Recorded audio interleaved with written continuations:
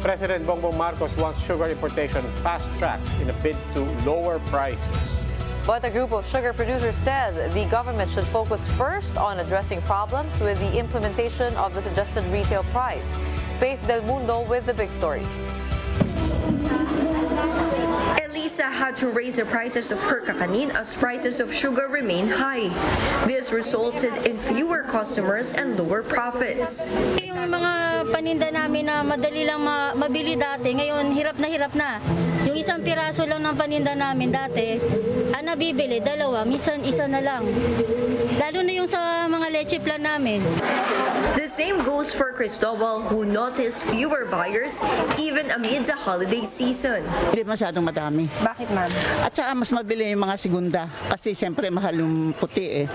Yung segunda 90, 80, 85 mga ganun. Siyempre naglaylo sila sa puti dahil siyempre mahal. Hindi rin masyado sila kasi mahal nga. Iba siguro bumibili na lang ng paunti-unti. Kahit nga ako hindi rin ako magluluto. White sugar now costs 95 to 100 pesos a kilo, while brown sugar is at 80 to 85 pesos a kilo. To stabilize the prices, the government will need to import 64,050 metric tons of sugar. President Bongbong Marcos has since ordered to fast-track sugar importation, but the United Sugar Producers Federation of the Philippines is opposing this. They said the problem is in the implementation of the suggested retail price. The group added that higher costs of fertilizer and oil are driving up the prices of sugar.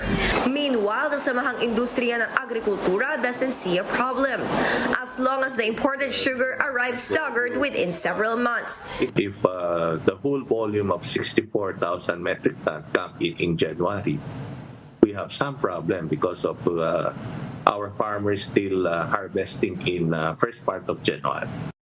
The group added that retailing issues should be also factored in, citing the Sugar Regulatory Administration's failure to stabilize the prices through importation. For News 5, Faith Del Mundo, we are One News. Here to talk to us about the developments in sugar importation, Mr. Manolet Lamata. He is the president of the United Sugar Producers Federation of the Philippines. Mr. Lamata, welcome to the big story. Good evening, and thank you for having me in your show. Yes, sir. You mentioned problems with the implementation of the suggested retail price. Is the DA not doing enough to address this? And what really is our situation when it comes to supply at this point? Okay, there are two things that will bring up high retail prices. One is supply.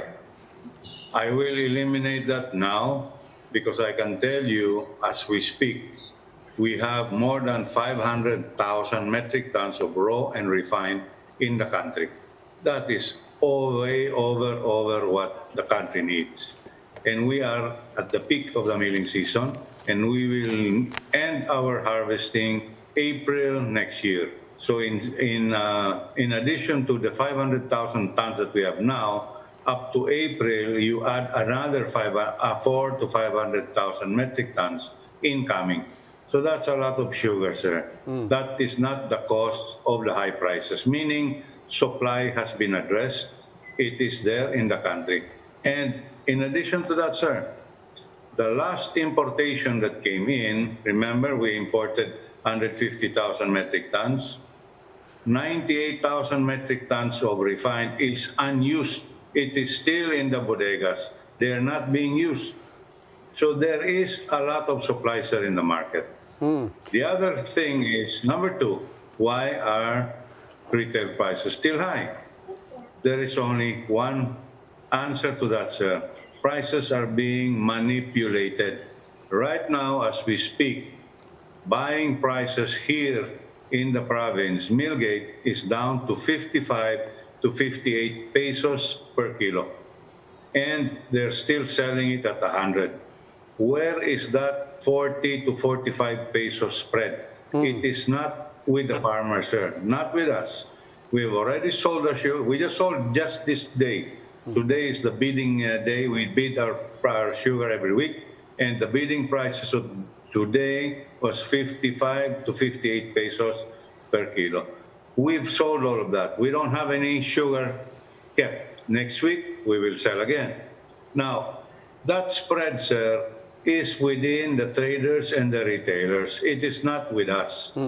The problem is there is no teeth in the enforcement of the SRP. The government can shout all it wants, SRP here, SRP there, but there is no enforcement. So nobody cares. If people still buy at 100, the traders and the retailer will still sell you at 100 because people still buy. But that is unfair to the consumers because our sugar is being bought much, much less than that. So our consumers should have a fair price, which for me, it should be at 85 to 90 pesos refined and 70 to 75 pesos on raw. That is how much it should be. Yeah. Mr. Lamata, your message is direct to government. By government, we do refer to the President, who also happens to be the Secretary of Agriculture. Has there been any explanation or at least any message from government in response to your messages that this is an ill-advised move? First off, sir, no, I am not sure what kind of powers does the DEA Secretary or the DTI or the President have in regards to the enforcement. I am not sure of that. What I know for a fact is if Congress can fast-track something, a law or a bill, giving police powers to the President to be able to implement the SRP and catch them,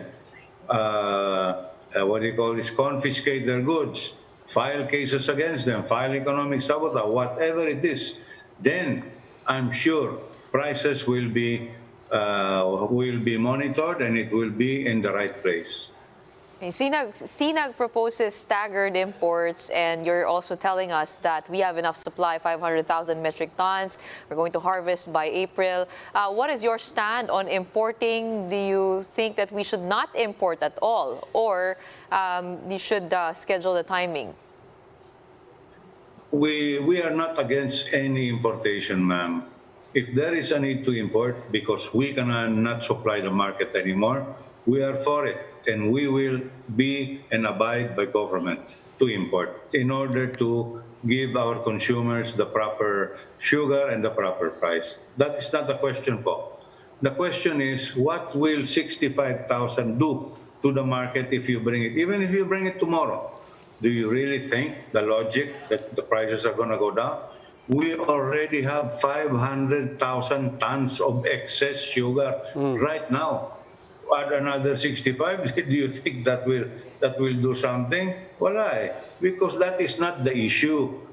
The issue here is enforcement and implementation of the SRP. Yes. That's the issue. Yeah, and to that point, sir, on the question of enforcement, but at the same time earlier on, you mentioned if Congress can act on it. Again, just to follow up on that point, is it a matter of legislation, or is it simply a matter of political will?